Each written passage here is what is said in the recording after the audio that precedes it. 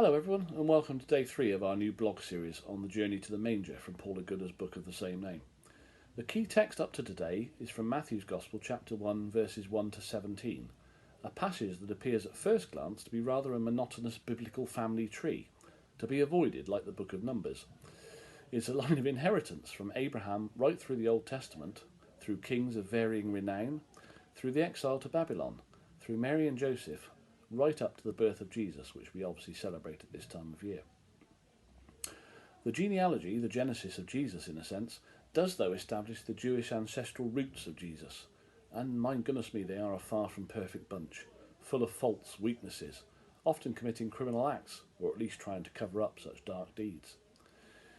In 2 Samuel, chapter 11, verse 17, for example, David killed Uriah, an innocent soldier fighting to protect the Davidian rule, so that David himself could conceal the fact that he had been carrying on with Uriah's wife Bathsheba.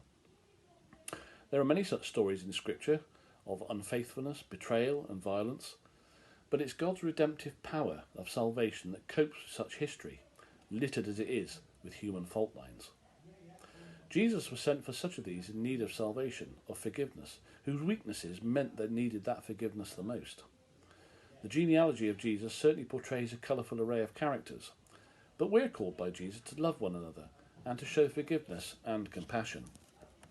I'm sure there are groups or individuals we've all met, I certainly have, both in and out of church, that have colourful pasts they may regret parts of.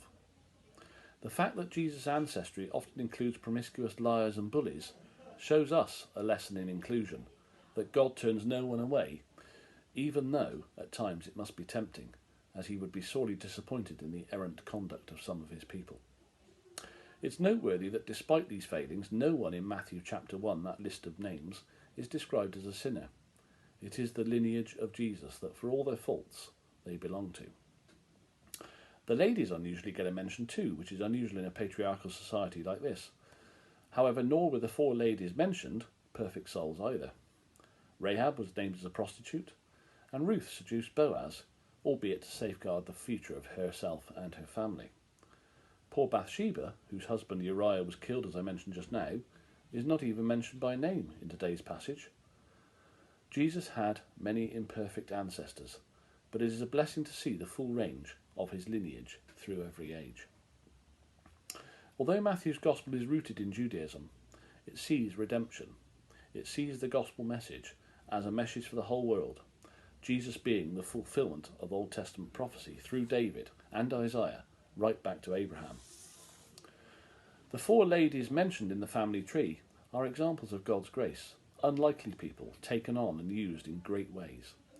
Their weaknesses and faults show Jesus was not a royal king in grand human terms, but show that he identified with sinners, with the poor, the marginalised, and the vulnerable. Men usually had little or no regard for the thoughts and feelings of ladies, and this is actually still true in many facets of our society now, even though there have been great improvements and advances. Despite these advances in gender equality, women can still be treated in inferior ways, both in the workplace, in the home, and in society generally. Matthew recorded the genealogy of Joseph from Abraham down the line to Jesus, and it's more than a bland list of names, whether famous or obscure. It is the line of David, the line of Joseph, and links us all the way to Jesus, born in humble surroundings on that first Christmas day, as a king sent to serve and save, to redeem the world through his message of love, mercy and forgiveness. Jesus, as we've seen, had sinners in his own family line, but he had the divine mission, the Missio Dei, mission of God, to save the world from sin, from itself, and to fulfill God's promise to Abraham way back to bless all the nations. Happy Christmas everyone, have a wonderful time, enjoy the rest of the day. Bye for now, much love.